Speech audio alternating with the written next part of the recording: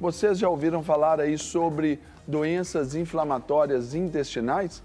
Pois é, elas geralmente têm a sua causa desconhecida. Então é sobre isso, causa, tratamento, todas essas doenças também inflamatórias intestinais, que nós vamos tratar agora com o médico gastroenterologista, Dr. Mauro Giacomi. Doutor Mauro, bom dia mais uma vez. Bom dia. Seja bem-vindo. Muito obrigado. É uma boa semana aí para o senhor e muito obrigado por nos ceder aí parte da sua corrida agenda. Tudo bem? Tudo bem, graças a Deus. Doutor Mauro, quando a gente fala aí sobre as doenças inflamatórias intestinais, é uma gama de doenças. Sim. E a gente pensa no aparelho excretor. Uhum. Mas, na verdade, essas doenças, elas começam já no aparelho digestivo. Sim. É por aí que a gente tem que pensar? Sim. Apesar delas acometerem mais frequentemente o intestino, sendo ele ou o intestino delgado ou o intestino grosso, elas podem ocorrer dos lábios, boca, estômago, esôfago. Então, a variação de sintomas é grande, mas mais frequentemente elas estão ligadas a inflamações do intestino. E quando a gente fala sobre as doenças inflamatórias intestinais, são doenças crônicas, Sim, sim. né? E isso nos apontam que a gente tem que lidar com elas, porque não tem a cura, assim, efetivamente, né? Sim. Porque elas podem estender aí durante um longo período, né? Sim. Essa gama de doenças inflamatórias intestinais, ela acometem no mundo, para você ter ideia, cerca de 5 milhões de pessoas. E elas são causa de mortalidade, de agravamento, de mal-estar. As pessoas, em geral, não conseguem ter, digamos assim, uma vida muito boa, né? Mas elas têm, hoje em dia, controle. Tem várias facilidades de tratamento que anteriormente nós não tínhamos. E o mais importante é fazer o diagnóstico precoce, sabe, Serginho? Então, quando nós lidamos com doença inflamatória intestinal, o paciente ele tem que, logicamente, procurar um especialista gastroenterologista, que ele vai ver que são sintomas que vão surgir, em geral, em duas faixas etárias, né? Em geral, dos 14 aos 24 anos ou dos 50 aos 70 anos. Se a pessoa nota que os sintomas digestivos estão sendo de repetição, principalmente dor abdominal, alteração do hábito do intestino, que é o intestino ficar ou muito preso ou muito solto, e isso é repetitivo e não melhora, não consegue encontrar uma causa. Essa margem de tempo seria de quanto em termos de meses, talvez? Assim, se passar de 3 semanas, eu acho que já deve procurar um especialista. Alguma coisa deu errado, pode até não ser a doença inflamatória intestinal, mas é alguma coisa que precisa de um especialista. Porque eu vejo aqui, isso incide dentro de uma pesquisa, onde mostra que, no caso de dor abdominal, 46% dos pacientes, eles se automedicam se tem essa diarreia frequente. E 61% também faz uso de remédios sem consulta ao médico ou adotam essas soluções caseiras, né? Quando tem essas diarreias, o intestino preso. E no caso aqui, também, e quando há sangue nas fezes, 39% das pessoas esperam o quadro melhorar. Sim, sim. É aqui que, vamos dizer, mora o perigo, né? Sim, sim. Quando você se automedica, principalmente se você tem diarreia e pensa em tomar algo para prender o seu intestino, o nosso intestino, ele buscou essa solução de ter uma diarreia para tentar eliminar algo que não estava fazendo bem. Então, se ela, logicamente, vai prender o que não está fazendo bem, ela vai piorar seu quadro. E no caso do sangramento, nós médicos chamamos isso de um sinal de alarme. Então, teve um pequeno sangramento, mesmo que foi só um episódio excessor, deve procurar o especialista. Porque ali pode estar um sinal que a pessoa recebeu de que tem algo errado e que ela precisa tratar naquele momento. Essas doenças, elas não têm complicações graves quando diagnosticadas precocemente. Então, são doenças que, assim... O que essa turma aqui dos 39%, principalmente, que tem esse sinal de sangue nas fezes, que esperam melhorar, sim, talvez melhorou essa causa final daquele sangramento. Mas talvez na funcionalidade ali do aparelho excretor, do intestino, alguma coisa ainda está acontecendo. Sim, na fase inicial, muitas vezes a pessoa está com o intestino inflamado e ela vai perceber aquilo como um desconforto, um gás, uma barriga um pouco distendida, mas ela tem isso de maneira leve e há tanto tempo que ela acha que isso não é nada. Aí, de repente, Até porque, naturalmente, voltando aqui à pesquisa e esses percentuais das pessoas que, no caso do abdominal, 46% se automedicam. Tomam ali aquele antigás, tomam ali um chazinho ali, pronto. Aí é que tá também. Ela vai passar a tolerar aquilo melhor e como é uma doença que evolui muito lentamente, ela vai perder a chance de ter um diagnóstico precoce, né? E existem complicações, por exemplo, a retocolite ulcerativa, que é uma dessas entidades classificadas como doença inflamatória intestinal, ela pode levar a longo prazo a câncer do aparelho digestivo, né? A doença de Crohn, que seria um outro tipo de doença, ela pode levar a complicações cirúrgicas. Então, nós temos que fazer o diagnóstico precoce. Aí a gente vai lançar a mão de métodos que o primeiro vai ser a consulta médica e a partir daí alguns exames. Então vamos falar para o pessoal, doutor Mauro Giacomi, que é gastroenterologista, prateleira de cima para abençoar a sua vida aí, viu? Então vamos falar aqui, especificar um pouquinho dessas doenças. Doenças intestinais hoje, elas, por exemplo, abrangem um número aproximado de quantas ali, assim, associadas a... Olha, são inúmeras, né? Inúmeros. E o que a gente sempre classifica são aquelas específicas, né? Então, às vezes, elas são por um parasita, uma bactéria, e essa doença, apesar dela poder ter uma evolução um pouquinho mais longa, ela vai ter um tratamento e a pessoa vai melhorar imediatamente, assim que descoberto. Existem aquelas que nós chamamos inespecíficas, que a medicina ainda não encontrou um dado muito relevante para falar, esta é a causa, né? O que sabemos é que ela está ligada a fatores de autoimunidade, ou seja, a própria pessoa produz uma reação inflamatória contra um órgão digestivo e a partir daí o médico não tendo aquele diagnóstico assim, que foi um parasita, uma bactéria, ele não vai encontrar assim, um substrato para falar assim, olha, o tratamento é exatamente usar um antibiótico ou um antiparasitário. Nos exames, vamos encontrar algumas coisas que facilitam esse diagnóstico em doença de Crohn ou retocolite ulcerativa e mostrar que esses mecanismos imunológicos, ou seja, de autoimunidade, vão estar ali. E aí nós vamos fazer esse tratamento baseado nisso. Aí na especificidade dessas linhas, né? Sim. Então, para a gente especificar aí para o nosso público querido, eu gostaria que o senhor falasse para a gente, então, sobre a doença de Crohn. Tá. A doença de Crohn, em geral, ela vai provocar dores mais fortes abdominais, tá certo? Ela vai provocar diarreia. Em geral, ela não vai ter sangramento e o paciente vai ter uma distensão abdominal importante. Ela acomete mais frequentemente o intestino delgado do paciente, em geral, uma região próxima ali da região do apêndice, que é o lado direito do abdômen, e pode ser confundido com essa entidade. Então, às vezes, o paciente pode procurar o hospital e o médico suspeitar que é apendicite, quando vai fazer exames, encontrar ali um quadro inflamatório do íleo terminal, que é próximo do apêndice. Então, essa é a doença de Crohn, tá?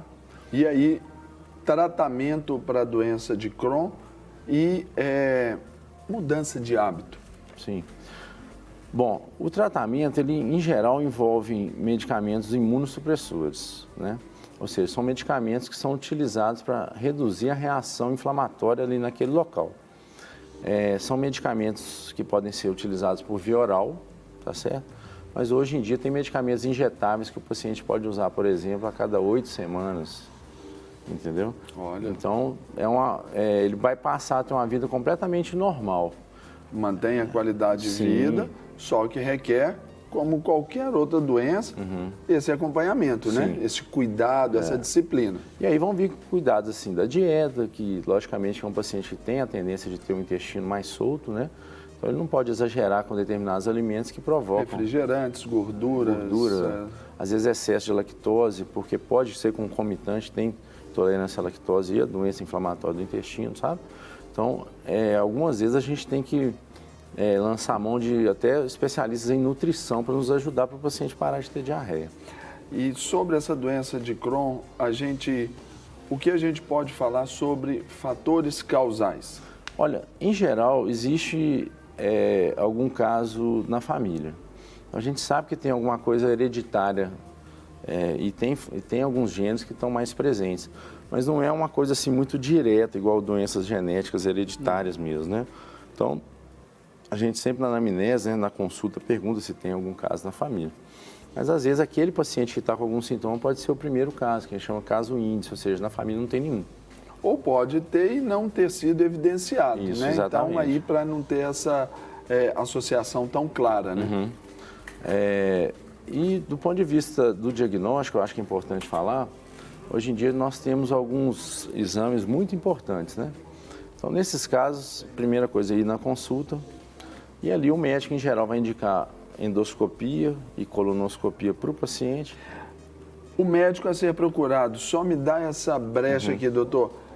Procuramos um gastroenterologista ou já procuramos um Coloproctologista. Coloproctologista? Pode ser qualquer um dos dois. É o exame. Sim. Qualquer um dos dois? Qualquer um dos dois. Eles estão habilitados para tratar esse tipo de doença, Sim. né?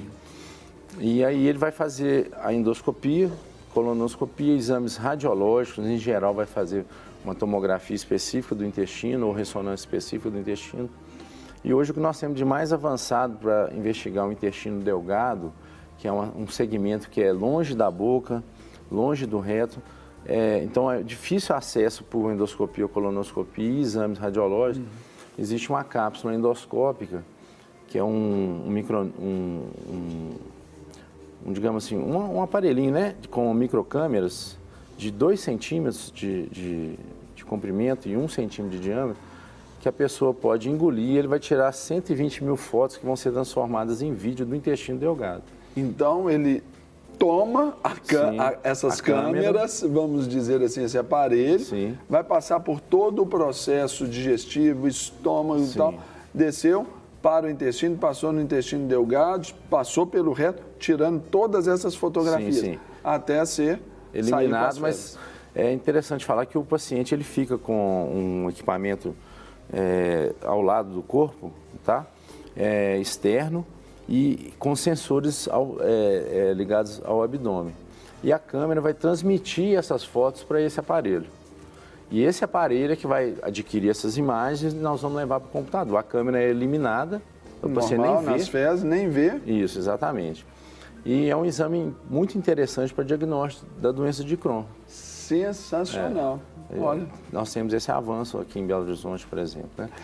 E, então, dessa maneira, o passo que falta é essa conversa que nós estamos tendo aqui para o paciente, ele ter o alerta de que tem algo errado, procure o médico, porque dali não vai faltar a oportunidade de ter o diagnóstico, né? E é tão interessante que isso é para isso que existe o Nós de Tudo Um Pouco. Sim. A gente está levantando essas bandeiras para poder estar aí levando informação e educação ao nosso público. Agora, doutor, fala para a gente sobre a retrocolite ulcerativa idiopática. Sim, é um nome complexo, né? Mas a gente trata assim, como retocolite, os pacientes Retocolite. falam isso, retocolite. Mas o nome completo é ulcerativa, porque ela está muito comumente associada a úlceras do intestino grosso, e idiopática, justamente, que é um termo que nós utilizamos para quando não tem uma causa definida, né? Então, na retocolite, ela está cometendo mais frequentemente o intestino grosso, tá? E o paciente, ele... De Crohn é delgado. Delgado. Isso. E a retocolite é o intestino grosso e o reto. E o reto. Isso, é aquela parte mais final ali, né, do aparelho excretor. Nesse caso, em geral, o paciente ele pode também ter diarreia, às vezes ele não tem uma dor tão importante e um sintoma muito comum é a eliminação de muco, né, ou catarro nas fezes e sangramento. Nesses pacientes, a colonoscopia ela vai dar o diagnóstico na maioria das vezes, tá? Então, um paciente que teve por mais aí do que 2 semanas de diarreia, 3 semanas de diarreia, está eliminando elementos que ele não considera normal nas fezes, né? Aquele muco saindo junto das fezes. E se por vezes ele teve um sangramento apenas, ele já tem que ir ao médico. O sangramento já vamos dizer assim, considerando isoladamente o sangramento, Médico. Médico. Os outros, o muco, observa-se assim a sequência. Isso. Umas 2, 3 semanas, médico. Médico. Apareceu, acabou? Na maioria das vezes, se tiver só uma diarreia e ter sido uma coisa relacionada a algum alimento, Fator etc. alimentar e tal, e tudo? vai pelo menos no clínico, né? Mas assim, se ficar repetitivo, pelo menos 2 vezes por mês eu tenho diarreia, meu intestino não está o normal que era, procurar o médico. No caso da retocolite, a colonoscopia, como eu disse, vai dar em geral o diagnóstico. E o tratamento, como também ela está ligada, apesar de ser em outro órgão, a fatores de imunidade, são basicamente os mesmos medicamentos. Então, os sintomas e a localização da doença, elas são diferentes da doença de Crohn e retocolite, mas em geral, os medicamentos utilizados são os mesmos. Tá? E aí, então, a gente pode falar aí também, que hoje todo mundo sabe, o câncer no intestino. Um detalhe que eu falei muito rápido e vou repetir é que a retocolite ela pode, ao longo do tempo, desenvolver o câncer do aparelho digestivo, então o câncer intestinal, né? Então, aí uma já puxa a outra. O câncer já pode ser a consequência da retocolite. Sim. Agora, falando do câncer isoladamente, que ele tem outras causas, né? A causa mais comum do câncer do aparelho digestivo baixo, ou seja, do intestino grosso, ela está ligada a fatores genéticos, tá? Então, mesmo pessoas mais, digamos assim, em meia idade, que tenham sintomas, por exemplo, o sangramento, elas devem procurar, às vezes não tem mais nada, só um episódio de sangramento, o intestino funciona regularmente todo dia, já deve ir ao médico, porque sangramento pode significar alguma lesão maligna ou pré-maligna. Existe esse fator de hereditariedade bem ligado, então quem tem familiar com câncer de intestino tem que fazer um exame, procurar o gastroenterologista ou o proctologista. E o câncer de intestino, ele normalmente vem de uma lesão benigna, que nós chamamos adenoma, que normalmente ela forma uma verruguinha no intestino, chamada pólipo. Esse adenoma, ele não dá sintoma, é uma verruga muito milimétrica, assim, em torno de meio centímetro, e ela, em geral, vai ocorrer a partir dos 45 a 50 anos de idade. Então, em qualquer um de nós que completar em torno de 45, 50 anos de idade, já deve pensar em procurar o gastro ou o proctologista para fazer um exame de colonoscopia. O importante é que essa pequena lesão que não dá sintoma nenhum e no futuro vai virar um câncer, né? E aí vai dar problema para o paciente, ela vai ser removida no exame de colonoscopia e vai interromper essa evolução para o câncer. Então, o próprio exame já é a medida curativa, vamos dizer isso aí. E, como eu disse, para esse caso, para prevenção de câncer de intestino, nós não temos que ter sintoma. Só a idade já é indicação. Já é indicação. Sim. Então, não igual, por exemplo, para as mulheres, determinada idade, já é indicação para mamografia. Sim, sim. O homem, só pela idade, já é indicação ali para o exame de próstata. E assim, para o intestino, a mesma coisa. Hoje o INCA, né, que é o Instituto Nacional do Câncer, ele indica para 50 anos de idade.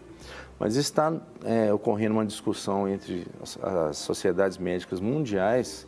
Parece que a idade vai abaixar. Vai abaixar. Em torno de 45 anos. Então, hoje em dia, nós já temos uma ideia um pouco assim que o paciente nos procura com esse propósito. Já aos 45 anos, nós vamos fazer já esse que a gente chama de screening, né? Ou seja, uma busca do câncer coloretal. Gente, sensacional esse bate-papo aqui com o Dr. Mauro Giacomi, que é gastroenterologista e veio aqui nos dar essa aula sobre doença de Crohn, retocolite, a consequência talvez maior aí, o câncer, e veio nos falar como que funciona os tratamentos para abençoar você. Doutor Mauro, só agradecimentos aqui. Eu que agradeço. Bênção pura. Mandar um abraço para os telespectadores, né? E isso, falar... Então, aqui, ó, essa câmera é sua. Vamos procurar o especialista, o gastroenterologista e o coloproctologista se você tem algum sintoma, e a partir de 45, 50 anos mesmo sem sintoma. Não quer ficar um segundo por fora da nossa programação? Agora você pode nos acompanhar através das plataformas digitais. Não perca tempo, acesse, curta e siga-nos. Fique por dentro de tudo o que acontece por aqui. Rede Super, inspirando você.